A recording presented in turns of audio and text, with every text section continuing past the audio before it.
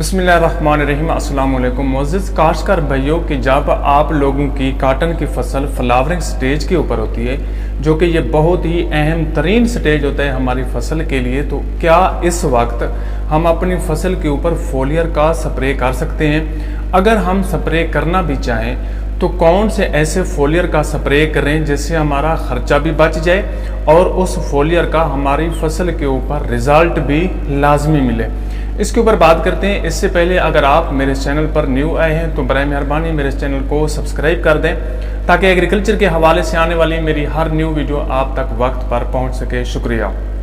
देखिए दोस्तों, हमारी बहुत सी फसलात ज़मीन से माइक्रो न्यूट्रिएंट्स को नहीं उठा रही, जिसकी वजह से हम लोग इस चीज़ से बहुत दूर हैं। अब उनमें माइक्रो न्यूट्रिएंट्स की जो कमी की अलामात हैं वो ज़हर हो रही हैं, तो लिहाजा हम लोगों को बाज़रिए फ्लडिंग या बाज़रिए स्प्रे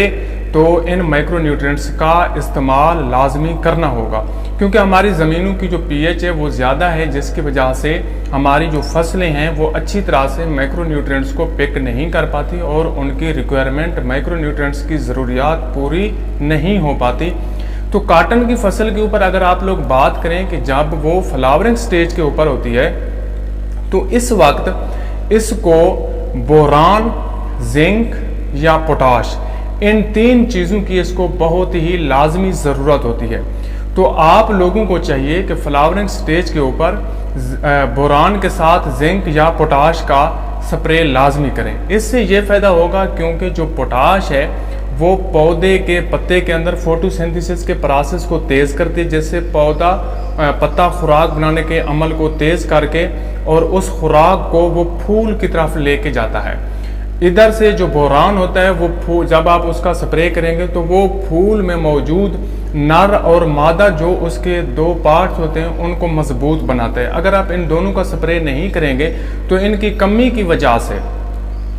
उसके अंदर फूल के अंदर ये नर और मादा जो हिस्से हैं ये बहुत कमज़ोर पड़ जाते हैं, जिसकी वजह से इनका मिलाप नहीं हो पाता और वो फूल फल में तब्दील हुए बगैर वो गिर जाता है। जैसे ही आप लोग बोरान का स्प्रे करेंगे तो ये दोनों मेल एंड फीमेल पार्ट्स मजबूत हो जाएंगे और इनका मिलाप होगा, जिसकी वजह से वो फूल गिरने के बजाय फल में तब्दील होगा। उधर से अगर पोटाश का स्प्रे करेंगे तो खुराक में तेज़ी की वजह से फोटोसिंथेसिस ज़्यादा होने की वजह से वो खुराक फिर उस फूल की तरफ आएगी, उस जो है ना फल की तरफ आएगी, उस मतलब उसकी मुकम्मल खुराक की भी ज़रूरत की वजह से जब उसकी ज़रूरत पूरी हो जाएगी तो वो जो है ना पौधा जो होता है वो अपने फल को शेड नहीं कर पाता। तो इसलिए दोस्तों, आप लोग अपनी काटन की फसल के ऊपर जब वो फ्लावरिंग स्टेज के ऊपर होती है, अगर ज़्यादा टिंडे बढ़ाना चाहते हैं, टिंडों का साइज़ बढ़ाना चाहते हैं, फल की शेडिंग को रोकना चाहते हैं, तो बोरान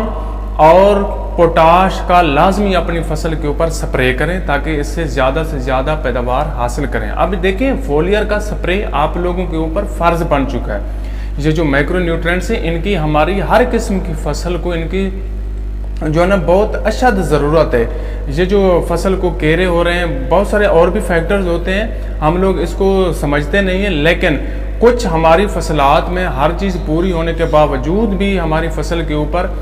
जो है ना फल गुड्डी गिर रही होती है, तो उसकी वजह यही माइक्रो न्यूट्रिएंट्स की उसके अंदर कमी होती है। और ऐसी फसलों के ऊपर हम लोगों ने देखा है, तजर्बात भी किए हैं कि जहाँ पे बोरान और पोटाश का स्प्रे किए तो वहाँ पे ये केरा उसका रुक जाता है और जो है ना पौधा जो होता है वो मज़ीद फल की तरफ लेके जाता है, पहले से दुगना वो फल जो है ना अपने ऊपर उठाता है और उसकी शेडिंग भी रुक जाती है, उसका केरा रुक जाता है और फूल उसके फल की तरफ तब्दील हो जाते हैं और टिंडों के साइज़ में भी इजाफा होता है। इसलिए दोस्तों, आप लोग अपनी काटन की फसल के ऊपर, जो कि एक बहुत अहम तरीन फसल है, इस पे बोरान और पोटाश का लाजमी स्प्रे करें और इसके स्प्रे 2 से 3 मरतबा आप स्प्रे करें। यानी पहला स्प्रे आप 40 दिन की फसल के ऊपर करें,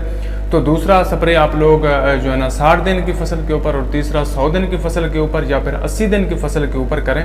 इस तरह आप अपनी फसल से एक अच्छी तरह आमदन और अच्छी पैदावार हासिल कर सकते हैं।